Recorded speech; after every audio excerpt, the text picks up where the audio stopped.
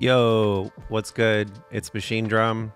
Welcome to episode 2 of 3FOR824U for You. This is a track breakdown for my new single called Ilikeu featuring Duckworth. If you missed episode 1, please make sure to go back and check that out. I did a full track breakdown of my first single from my new album 3FOR824 called Zoom featuring Tinashe. I kind of go over a bit of the concept for the album. The basic gist of it is I created a sound library using all these old songs from when I was a teenager and my early 20s. I go deeper into that whole process on the first episode, and most likely we'll get even deeper into it on another episode. I do want to mention that I am going on tour in May, doing 3FOR824 AV show with visuals by Strange Loop featuring Ian Hits Drums, who is an incredible drummer. You could check out the dates at machinedrum.net and get your tickets now before they sell out. With that said, let's get into the episode. Ilikeu was a song that originally started as an ambient track. Actually, I believe it was a sequence that I had written in Impulse Tracker a really long time ago.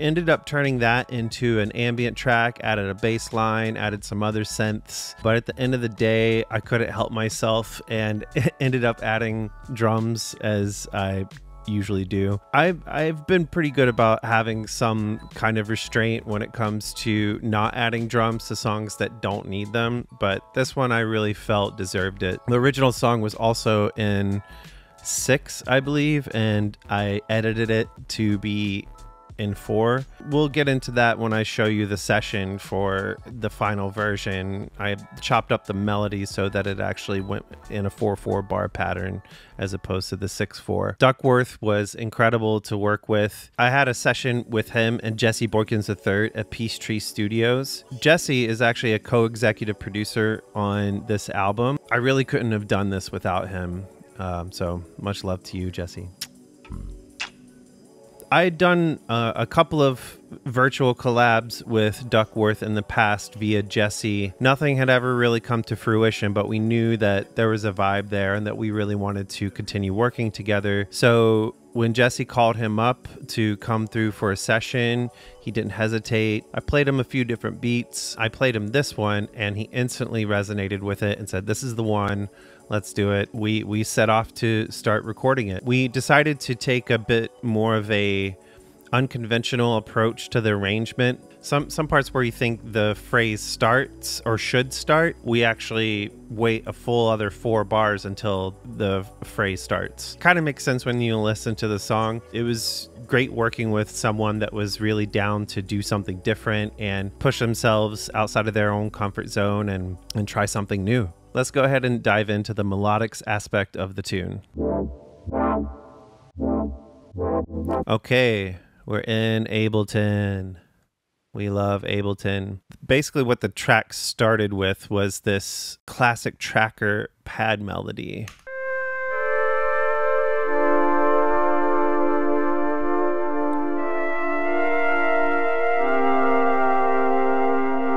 Yeah, some of you may even recognize the same pad sound from my album Urban Biology, and possibly even Now You Know. I used to use this sound all the time. And then we have the synths, which are made out of some of the instruments that Ben Bromley helped me create out of old samples. So we've got this synth SAD.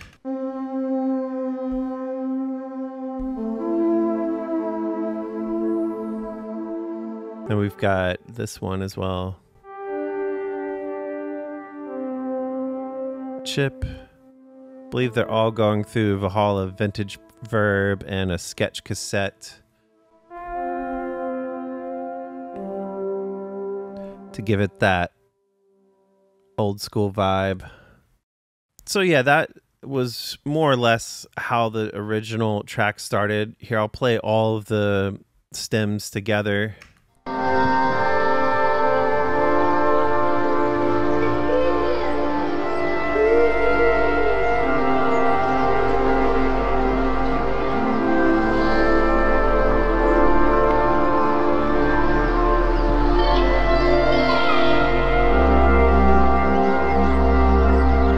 And then we have this part. We'll quickly walk you through how I did this.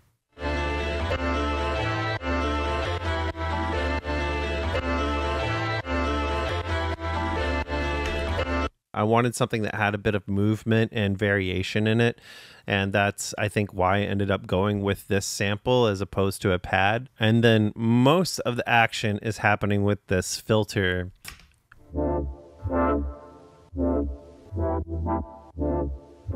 We have the sketch cassette on the melodic bus, giving us a little bit of wow or vibrato overall to give it that classic Boards of Canada trippy sound. A little bit of tape flutter, so it sounds like more authentically like it's recorded to tape, or specifically a older shitty tape, I guess. I got the ozone imager, got the track spacer, again, one for specifically the rap section and then one for the singing part. After that, we have this utility, which is doing all of my side chaining.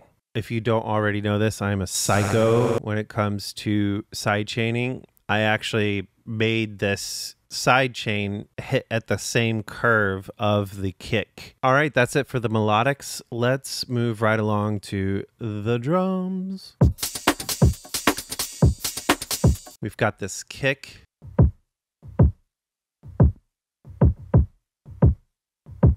We've got the kick, and then we've got this hi-hat sound.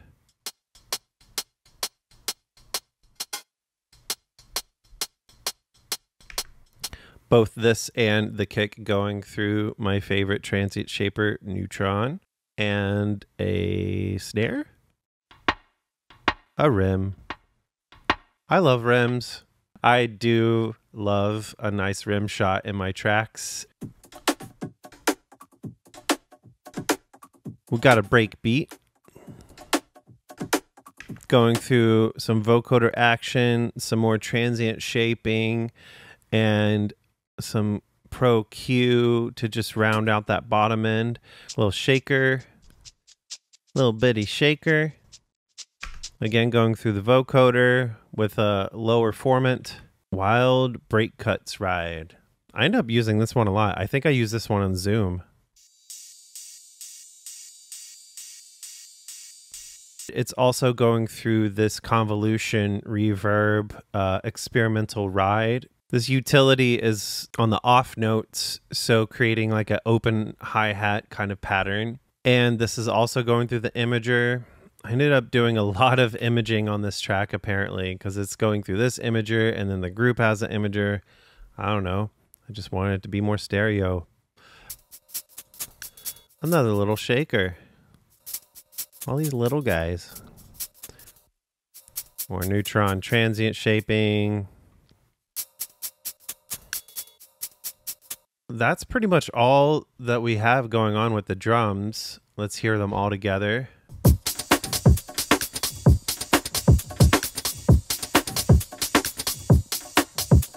And then we have all of those going through Spectre to give it some air. Here's it with and without. With, without. It's amazing how much of a difference throwing Spectre on things can have just by giving things a little bit of a boost on the tops or wherever, really. We have this going through my new room verb drum trick.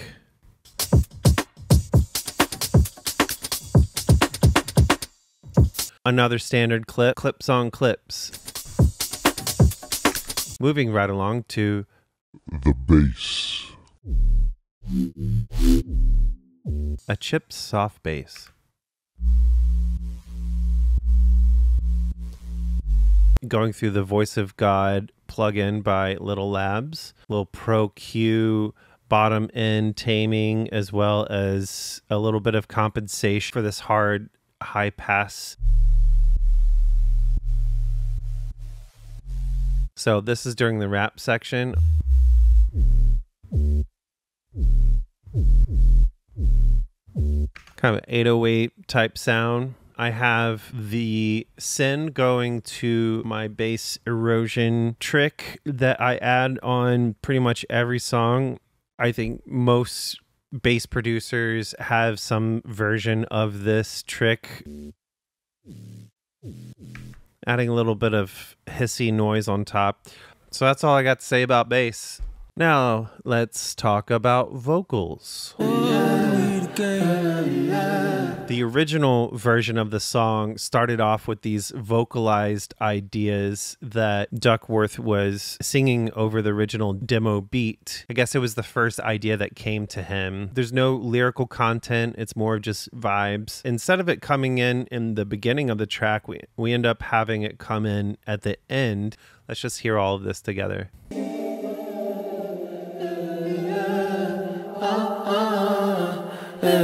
So yeah, that was the first vibe that he recorded for the track, and we ended up putting it at the end of the song as opposed to the beginning. Jesse ended up layering his own vocalizations on top of Duck's. I think they're just higher octaves. One high and one low. In the original session, I didn't have as many plugins going on whenever I was recording Duckworth, and I usually just slap one of these, the Chris Lord Algae Vocals plugin. It's really good for recording sessions when you don't want to throw a ton of plugins on or spend too much time putting plugins in your vocal chain while they're recording. And it's going through our classic RC20 to give it some digital reduction. So let's go to the beginning of the track. When seasons change, where your love ring. So here's our main vocal track. We've got just some tune on it, some de-essing that pops on and off every now and then because I didn't want it to be de-essing across the whole track, and just some problem areas where the sibilance was a little bit too much for my liking. If systems fail, then I'll take the blame. That's before the de-essing, and here's after. If systems fail, then I'll take the blame. What? Yeah, so it's worth it to really go in and add manual de-essing and then have some software help as well. Yeah, I love these Isotope RX plugins for various things, and the de-essing being a really big one. Toxic lies, huh? I need it. Feelings, bye. So yeah, this is during the rap section, and I treated his vocals when he was rapping in a different way than when he's singing. During the section where he's doing the call and response, where he's singing, I decided to keep them in the main vocal channel to keep that same treatment in a way to connect both sections as well. Power. Got the Chris Lord Algae again to capture the vibe. Sometimes I'll have the Chris Lord Algae on, and a lot of times I'll just leave it in. Then we have these harmonies. I had a special power.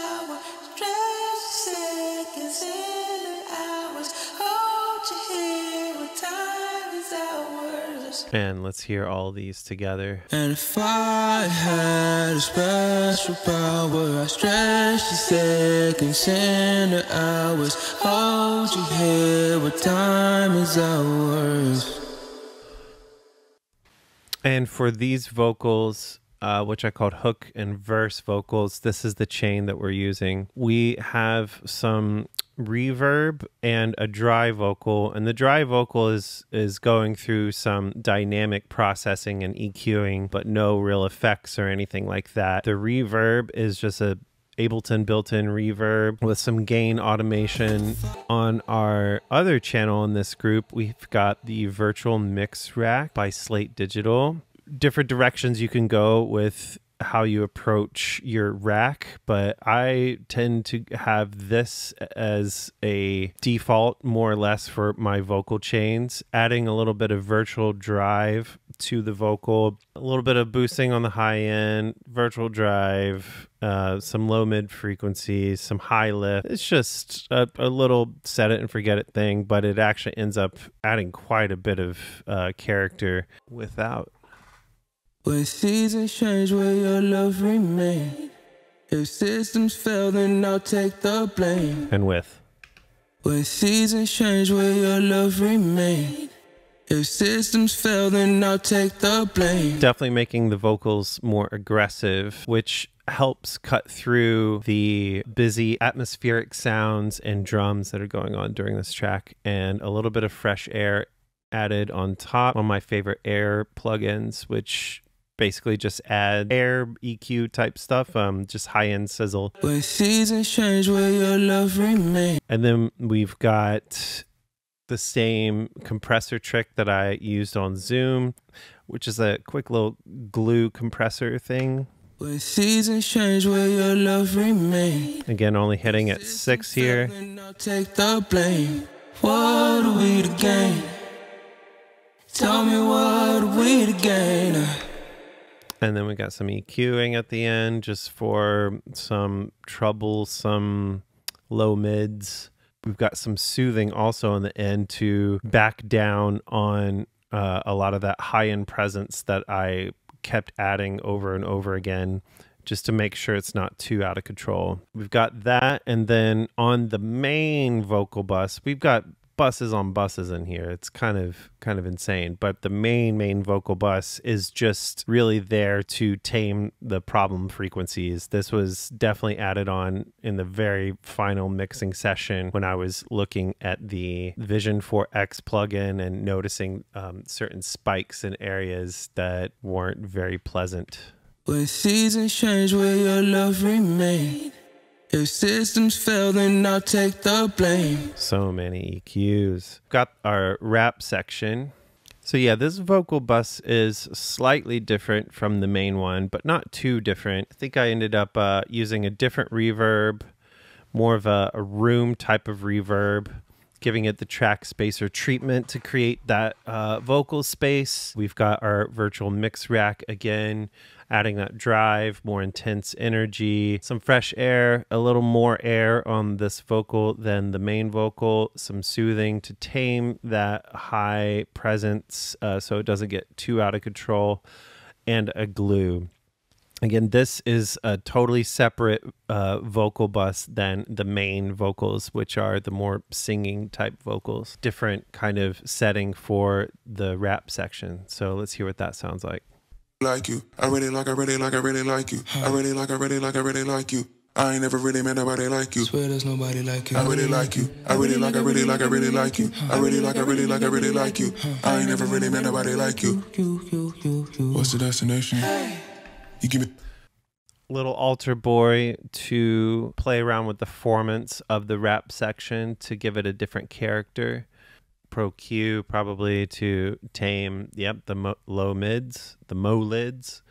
We got Spectre adding a lot more presence on the top and high mids. Very basic stuff going on here. Some auto-tune, reverb, and the Chris Lord algae vocals, which keeps sneaking its way into this track. This section is really dope. Tell me what's the addy? Text that dude. Baby, what's the number? Cause I'm tryna pull up. You living in the jungles? Where you live? You tryna get me in trouble? Hell no. What's the play? I won't fumble. Playing games. All I'm trying to do is cuddle. That's on God. Mix it like jungle. Mix it like who? You tryna get me in trouble? Toxic. So yeah, these ad libs that are in here have some room verb as well as going through the redux to give them a different character. They're a little bit filtered out, so they're not as present as the main vocal. You can hear the difference here. Text that dude. Cause I'm trying to pull up. It almost sound more like a sample than anything.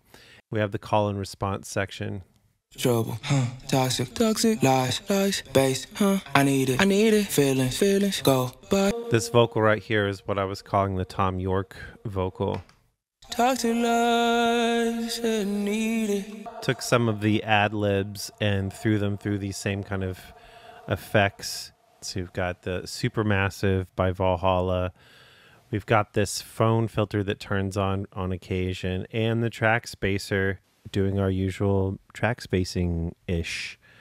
Supermassive with the really long decay time as well.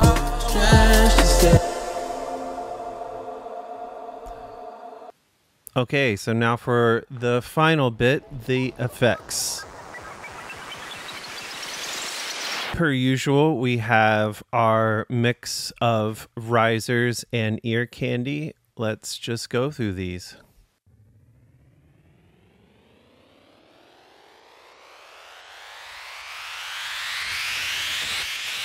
And then we got this one. I ended up making a lot of custom made risers for this album, basically taking a lot of the sounds from the sound library and doing various things with them, speeding them up, adding them through other various effects, but basically just coming up with my own unique riser type sounds to use in these songs. And then there's this, which is more common, and I think it sounds like that because it's going through a vocoder. We'll quickly listen to these ear candy bits. Listen to our womps. Wompy womp. Love adding some little womps every now and then.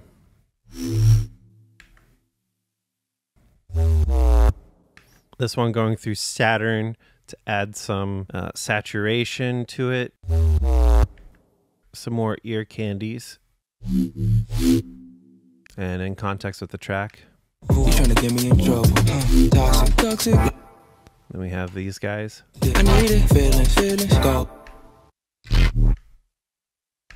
Like what? Like season, toxic. Anything like that you can do to add more excitement to the track, I highly suggest. So that wraps it up for episode 2 of 3FOR824 for You, a track breakdown of I Like You featuring Duckworth. I really appreciate all of you for watching along, and I hope you learned something today. Shout out to everybody on Patreon who is watching the longer version of this video. If you want to see the longer cut edit where I get a bit more deeper into the details and some of the more nerdier production aspects, I would really appreciate you signing up on my Patreon, patreon.com/Machinedrum. Tons of other fun stuff on there, including instrumentals, unreleased remixes, B-sides, you name it, it's there. Again, my new single, I Like You, is out right now, featuring Duckworth. My new album, 3FOR824, is dropping on May 24th, so make sure to pre-save that. The pre-save link should be in the description as well. If it's not, just write it in your calendar, like with a pencil. We all have physical calendar still, right? Thanks again to everybody for watching and supporting me. I hope this was fun. It was fun for me. So have a blessed day. Peace out.